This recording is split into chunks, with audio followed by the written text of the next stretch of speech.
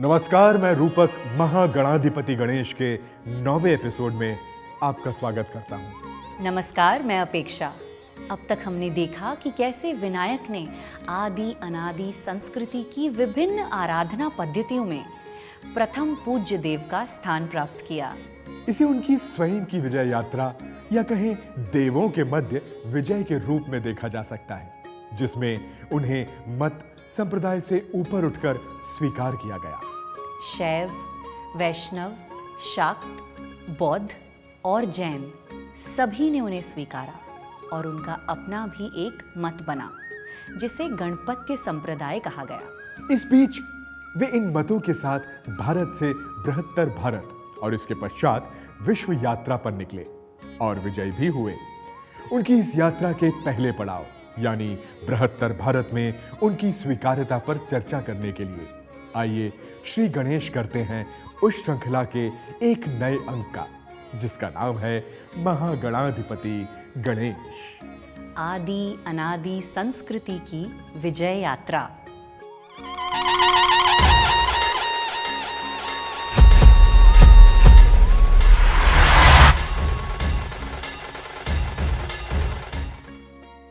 रूपक, इससे पूर्व में भी यही हुआ। तंत्र और योग साधना के बीच हमने स्वयंभू गणपति के विषय में चर्चा नहीं की, और अब एक नया विषय, हम स्वयंभू गणपति पर चर्चा करेंगे या नहीं? यह विषय नया नहीं है। हम बृहत्तर भारत में गणेश की स्वीकार्यता को जांचने के लिए जिस माध्यम का उपयोग करने वाले हैं ना, वो श्री गणेश का मूर्ति स्वरूप और श्री गणेश के स्वयंभू स्वरूप को उनके मूर्ति स्वरूप की आरंभिक अवस्था मानकर हम उनकी चर्चा सर्वप्रथम करेंगे। तो चलिए सर्वप्रथम श्री गणेश के स्वयंभू स्वरूप को जानते हैं। आरंभ में गणेश जी को शिव परिवार में ही देखा गया। यही कारण है कि शिव की ही भांति गणपति को भी उनके सर्वाधिक लोकप्रिय स्वरूप स्वयंभू मूर्ति के रूप में पूजा गया। स्वयंभू मूर्ति वो कहलाती है जो स्वयं ही प्रकृति से निर्मित हो जाती है। ऐसा माना जाता है कि इन मूर्तियों में आराध्य देव की सारी विशेष दैविक शक्तियां स्वयं ही समाहित हो जाती हैं। जहां तक श्री गणेश का प्रश्न है, तो इनकी स्वयंभू मूर्तियां लाल रंग से पोती जाती हैं। श्री गणेश की स्वयंभू मूर्तियों को किसी लकड़ी के आधार पर या मंदिरों में स्थापित नहीं किया जाता है, परंतु यह संभव है कि स्वयंभू मूर्तियों की सुरक्षा के लिए उनके ऊपर मंदिर का निर्माण कर दिया जाए। सैद्धांतिक तौर पर स्वयंभू मूर्तियां अधिकांशतः खुले स्थानों पर, वृक्षों के नीचे, किसी मुख्य मार्ग के पास या कभी-कभी नदी के किनारे भी देखी जाती हैं। एलिस गेट्टी ने बताया है कि गणेश जी की सर्वाधिक प्रसिद्ध स्वयंभू मूर्तियां कश्मीर में देखी जाती हैं। उन्होंने 3 स्वयंभू मूर्तियों की बात की है। पहले स्वयंभू गणपति गणेशवल नाम से चौवाल गांव में लिट्टूर नदी के दाहिने किनारे पर हैं। दूसरे भीमा स्वामी नाम से श्रीनगर के समीप हरि पर्वत पर स्थापित हैं। और तीसरी सबसे सुंदर मूर्ति किशन गंगा के किनारे एक चोटी पर है। इस स्थान को गणेश घाटी कहा जाता है। यदि आज के संदर्भ में देखें तो इन तीनों स्थलों में से गणेश बल और हरि पर्वत आज भी कश्मीर में धार्मिक स्थल की तरह स्थापित है। गणेश घाटी के विषय में अधिक जानकारी नहीं मिलती, लेकिन प्रश्न ये है कि स्वयंभू मूर्तियों की आरंभिक उपस्थिति कश्मीर में होना क्या बताता है? वो भी तब जब पौराणिक संदर्भों में कश्मीर को देवस्थान कहा जाता है। क्या इससे श्री गणेश की विजय यात्रा को समझने में सहायता मिलेगी? आइए समझते हैं। विनायक ने आरंभ में देवों में अपना विशेष स्थान प्राप्त किया, या कहें कि उन्होंने अपना पद जीता, और जब उनकी स्वीकार्यता देवों के मध्य हो गई, तो उनके विषय में कैलाश पर्वत से नीचे जहां मानव जनसंख्या थी, वहां चर्चा होने लगी। उन्हें पहले महादेव के साथ और बाद में महादेव से पृथक, परंतु उन्हीं के समान स्वीकार्यता प्राप्त होने लगी, और उनकी शक्तियों को शिव के समान स्वयंभू मूर्तियों में देखा जाने लगा। विनायक के प्रभाव को आप इससे समझ सकते हैं कि जम्बू द्वीप में एक हाथी के आकार की पहाड़ी को विनाटक कहा जाता था, जो कहीं न कहीं विनायक से प्रभावित भी लगता है। इसका अर्थ है कि कश्मीर क्षेत्र में श्री गणेश को गजमुख के साथ स्वीकार कर लिया गया और उन्हें स्वयंभू मूर्तियों में खोजा जाने लगा। विद्वानों का मानना है कि धीरे धीरे विनायक का प्रभाव ऐसा बढ़ा कि जिन देशों में बौद्ध अनुयायी भी थे, वहाँ भी यदि कोई पहाड़ हाथी की आकृति का प्राप्त होता दिखता तो उसे गणेश का स्वयंभू स्वरूप मानकर उनकी पूजा आरंभ हो जाती थी। सोचने वाली बात यह है कि देव पूजन को अस्वीकार करने वाला बौद्ध मत श्री गणेश को स्वयंभू मूर्ति के रूप में स्वीकार कर रहा था। यही वो संकेत है जो बताता है कि कैसे श्री गणेश ने भारत से बृहत्तर भारत और इसके बाद विश्व विजय की यात्रा की। इस विजय यात्रा के प्रमाण हमें श्री गणेश की मूर्तियों के रूप में प्राप्त होते हैं। हम श्री गणेश की मूर्तियों के माध्यम से बृहत्तर भारत में उनके प्रवेश को देखें। उससे पूर्व यह समझना आवश्यक है कि भारत में श्री गणेश की मूर्तियां कब से देखी गईं। विद्वानों का मानना है कि गुप्त काल के पहले श्री गणेश की उपस्थिति मूर्ति कला में नहीं थी और वे सीधे अपने शास्त्रीय स्वरूप में प्राप्त होते हैं, जिन्हें हम आज तक मानते हैं। यह आश्चर्यजनक तो है ही, अजीब भी है कि गुप्त काल में अचानक गणेश मूर्तियां निर्मित होने लगी, वो भी पूर्ण स्वरूप में जैसे आज होती हैं। ऐसा क्यों हुआ, आइए जानते हैं। श्री गणेश की मूर्तियों की उपस्थिति का पहला प्रमाण मध्य प्रदेश में सतना के निकट भूमरा नाम के शिव मंदिर में प्राप्त होता है। इस मंदिर को भूमरा, भुभरा या भरकुलेश्वर मंदिर कहा जाता है। यहाँ मंदिर की नक्काशी में श्री गणेश को देखा जा सकता है। ये प्रथम स्थल है जहाँ गणेश और शक्ति को एक साथ दर्शाया गया है। यहाँ देवी विनायकी श्री गणेश या विनायक की गोद में विराजमान है। भूमरा में विनायक और विनायकी की यह मूर्ति श्री गणेश के अद्भुत स्वरूप को प्रस्तुत करती है। ऐसे में यह असंभव सा प्रतीत होता है कि विनायक की मूर्तियां पहले से उपस्थित नहीं है। अंततः हमें गणेश की प्राचीन मूर्तियों के लिए वही सिद्धांत लागू करना पड़ता है जो अधिकांश प्राचीन पुरातात्विक स्मारकों के भग्नावशेषों के लिए किया जाता है कि वे उससे पहले बने स्मारकों से बनाए गए हैं या उनकी प्रतिकृति हैं, और उससे पहले के स्मारक इसलिए प्राप्त नहीं होते क्योंकि वे अस्थायी या नश्वर हो जाने वाली निर्माण सामग्री से बनाए गए थे। स्पष्ट है कि प्रमाणों के अभाव में श्री गणेश की मूर्ति रूप में उपस्थिति को हम चाहे 5वीं शताब्दी या गुप्त काल के पूर्व नहीं मान रहे हैं, लेकिन यह संभव नहीं कि पूर्व प्रेरणा के बिना गुप्त काल में ही उनकी इतनी सुंदर मूर्तियां बन जाएं। इसका अर्थ है कि श्री गणेश की मूर्तियां गुप्त काल से पूर्व में अवश्य ही रही होंगी। हम कह सकते हैं कि स्वयंभू मूर्तियों के माध्यम से श्री गणेश कश्मीर से होते हुए जनमानस के बीच आ गए और धीरे धीरे उन्होंने स्वयं को विघ्नहर्ता के रूप में इस प्रकार स्थापित किया कि वे बृहत्तर भारत के कोने कोने में पूजे जाने लगे। यदि कुछ विशेष नाम लें तो श्री गणेश के साथ आदि अनादि संस्कृति का प्रभाव नेपाल, तुर्किस्तान, तिब्बत, बर्मा, सियाम, जावा, बाली, बोर्निया और भी कई देशों तक रहा। चीन और जापान की चर्चा हम श्री गणेश की विश्व स्तरीय स्वीकार्यता में देखेंगे और अभी उन देशों से आरंभ करते हैं जहां बौद्ध धर्म का प्रभाव था।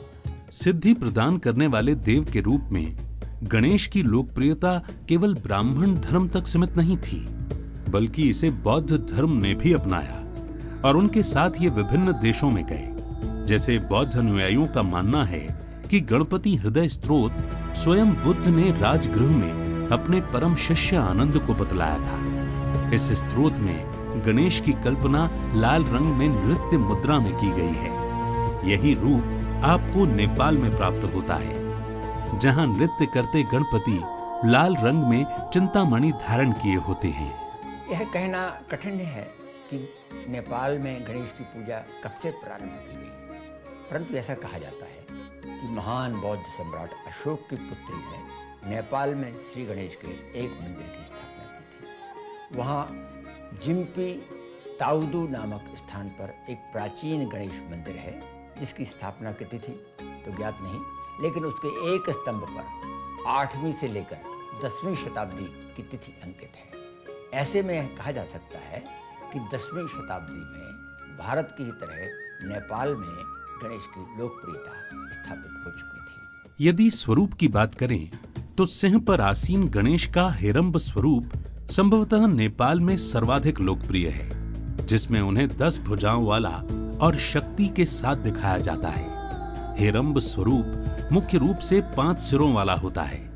हेरंब स्वरूप में गणेश का वाहन सिंह होता है, परंतु एक प्रतिमा ऐसी भी प्राप्त होती है जहां मूषक वाहन है। आदि अनादि संस्कृति की एक धारा स्थल मार्ग से बर्मा और सियाम पहुंची, जिसे आजकल थाईलैंड कहते हैं। बर्मा में गणेश जी की बहुत सी मूर्तियां मिली हैं। श्री गणेश वहां कैसे पहुंचे, आइए समझते हैं। दक्षिणी बर्मा में हीनयान बौद्ध संप्रदाय का प्रभाव बढ़ गया था, इसलिए उस प्रदेश में देवों या देवियों की प्रतिमाओं को स्थान पाना कठिन था। तब संभव है कि भारतीय व्यापारियों के साथ गणेश जी की कुछ मूर्तियां वहां पहुंची हों। उत्तरी बर्मा में महायान बौद्ध संप्रदाय का प्रचार था, तो वहां असम, पूर्वी बंगाल और मणिपुर की ओर से आदि अनादि संस्कृति ने बर्मा को प्रभावित किया। इसलिए इधर गणेश की मूर्तियों की अधिक संख्या में पाया जाना सहज दिखता है। बर्मा में श्री गणेश का नाम महापियन पड़ गया था। संभवतः पियन विनायक का विकृत रूप है। यह भी संभव है कि विघ्नहर्ता का विघ्न ही पियन हो गया हो। आइए अब सियाम अर्थात थाईलैंड की बात करते हैं। सियाम अर्थात थाईलैंड की संस्कृति आर्य संस्कृति से ओतप्रोत रही। आरंभिक काल में तो वैदिक धर्म ही सियाम का राजधर्म था। आज यहाँ बौद्ध, परंतु राज्याभिषेक तथा अन्य विशेष कार्य वे आज भी वैदिक पद्धति के अनुसार ही करते हैं। यहाँ भी श्री गणेश की कई सुंदर मूर्तियां मिलती हैं। इनमें मूर्तिकला की जिस शैली का उपयोग हुआ है उसको अयोध्यन कहते हैं। विद्वानों का मानना है कि एक समय में सियाम की राजधानी अयोध्या थी, जो अयोध्या का ही एक नाम है। इस प्रकार यहाँ प्राप्त मूर्तियों का सीधा संबंध भारतीय आदि अनादि संस्कृति से स्थापित हो जाता है। यदि कंबोडिया या कंबुज की बात करें तो यह एशिया महाद्वीप के उस भूभाग का टुकड़ा है जिसको हिंद चीन कहा जाता है। इसकी प्राचीन राजधानी अंकोर वट को प्रतिमाओं की खान कहा जाता है। यहाँ भी श्री गणेश की प्रतिमाएं उपलब्ध हैं। यहाँ श्री गणेश को कैनेस कहा जाता है। बौद्ध धर्म प्रभावित इन देशों में श्री गणेश की ऐसी मूर्तियां भी प्राप्त होती हैं जिनको बुद्ध मूर्तियों के समान बनाया गया है। जैसे श्री गणेश वज्रासन में बैठे हुए हैं, ध्यान में है, या उनका हाथ भूस्पर्श मुद्रा में है। यह स्पष्ट तौर पर बताता है कि श्री गणेश की स्वीकार्यता इतनी अधिक बढ़ गई थी कि इन मूर्तियों की पूजा करने वाले बौद्ध संप्रदायों ने श्री गणेश को बुद्धत्व का प्रतीक मान लिया। श्री गणेश के साथ आदि अनादि संस्कृति का प्रभाव बढ़ता जा रहा था। किसी न किसी रूप में सभी देश श्री गणेश को स्वीकारना चाहते थे, उन्हें अपनी संस्कृति का भाग बनाना चाह रहे थे। अब बाली का उदाहरण लीजिए। कहा जाता है कि बाली में जब राजा रानी की मृत्यु होती थी तो उनकी प्रतिमा बनाकर उन्हें देव पद दे दिया जाता था और इन प्रतिमाओं के निकट विनायक की मूर्ति स्थापित कर दी जाती थी। इन लोगों का मानना था कि स्वर्ग प्राप्ति की बाधाओं को विघ्नहर्ता दूर करेंगे। यही सोचकर मृत्यु के पश्चात भी विनायक को साथ रखा जाता था। जंबरन वाली मूर्ति के हाथ की मशाल और उनके सिंहासन के चारों ओर की दीप शिखाएं भी ऐसा संकेत करती हैं कि श्री गणेश आतिवाहिक पुरुष माने जाते थे। इसका अर्थ है कि उन्हें मृत्यु के पश्चात आत्मा को एक लोक से दूसरे लोक में ले जाने में सहायक माना जाता था। या कहें कि विनायक को ऐसा मार्गदर्शक माना गया जो प्रेतात्मा को पितृलोक और स्वर्गलोक में भी पथ प्रशस्त करते थे। चांद्रायन गति का वर्णन हमारे पुराणों में, शास्त्रों में आता है।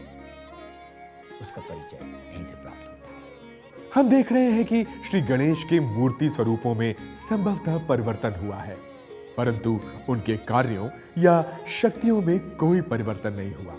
वे अपनी शक्तियों के साथ बृहत्तर भारत के विभिन्न देशों की यात्रा कर रहे हैं और जनमानस के हृदय में स्थान बना रहे हैं। आइए अब बाली के बाद जावा की ओर चलते हैं, जिसका प्राचीन नाम यवद्वीप था। जावा के विषय में चीनी यात्री फाहियान ने कहा है कि ये स्थान साधु संतों तथा ब्राह्मणों से भरा हुआ था। जावा में श्री गणेश की मूर्तियां मुख्य रूप से नदियों के घाटों पर या ऐसे स्थलों पर प्राप्त होती हैं जहां किसी प्रकार का भय हो। जावा द्वीप की एक मूर्ति विशेष है।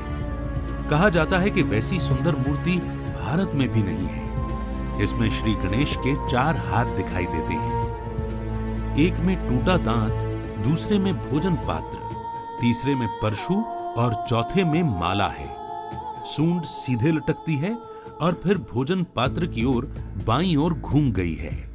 हमने देखा कि जावा में श्री गणेश को भय मुक्त करने वाले देव की भांति स्थापित किया गया, जो उनकी छवि से मेल खाता है। आइए अब कुछ बात तिब्बत और तुर्किस्तान की कर लेते हैं। इनकी बात हम अंत में कर रहे हैं क्योंकि यहाँ श्री गणेश का प्रभाव उतना नहीं है, परंतु उनकी स्वीकार्यता देखी जाती है। तिब्बत में श्री गणेश को महायान बौद्ध धर्म के आराध्यों में सम्मिलित नहीं किया गया, परंतु इसका अर्थ ये नहीं है कि वहां उनकी स्वीकार्यता नहीं थी। काले गणेश तिब्बत में सर्वाधिक लोकप्रिय आराध्य देव रहे हैं। पश्चिमी तिब्बत में गजमुखी देवता की प्रतिमाएं प्रमुखता से प्राप्त होती हैं, परंतु यहाँ श्री गणेश की आराधना नहीं की गई है, वरन उन्हें दानवों और दुष्ट आत्माओं से सुरक्षा के लिए एक शक्तिशाली रक्षक माना गया है। चाइना के प्रभुत्व वाले तुर्किस्तान की स्थिति भी तिब्बत के समान ही थी। यहाँ एंडरे के स्तूप के समीप रेत में कुछ लकड़ी और तांबे की मूर्तियां और लकड़ी के फलक प्राप्त हुए हैं, जिसमें श्री गणेश को या तो शुद्ध शास्त्रीय भारतीय स्वरूप में उकेरा गया है या विशिष्ट तुर्किस्तान शैली में बनाया गया है।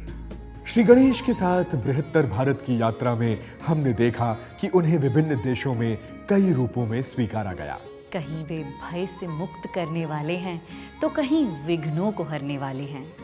इतना ही नहीं, कहीं कहीं तो उनकी स्वीकार्यता ऐसी है कि वे जीवों के साथ जीवात्मा के मार्गदर्शक बन गए हैं। विनायक की ये स्वीकार्यता दिखाती है कि वे आदि अनादि संस्कृति के सच्चे ध्वजवाहक हैं। जहां जाते हैं वहीं उन्हें स्वीकार कर लिया जाता है। उनकी स्वीकार्यता का अंतिम पड़ाव अभी बाकी है। विनायक की विजय यात्रा का अंतिम पड़ाव है विश्व विजय, जहां हम जापान और चीन में उनकी स्वीकार्यता पर चर्चा करेंगे। शामिल होने के लिए जरूर देखिए कल का अंक हमारे साथ केवल वीर भारत पर। तब तक के लिए गणेश उत्सव में श्री गणेश के साथ आनंद में रहिए और देखते रहिए महागणाधिपति गणेश। आदि अनादि संस्कृति की विजय यात्रा। अभी के लिए नमस्कार।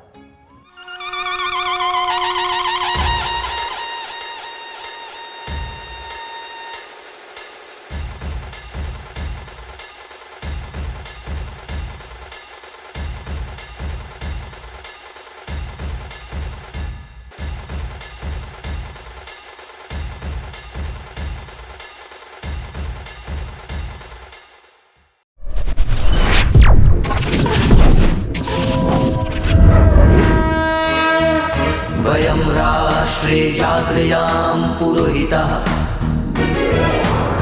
हम राष्ट्र आराधक भारतवर्ष को जागृत और जीवंत बनाएं। युग युगीन भारत के कालजयी महानायकों की तेजस्विता की गौरव गाथा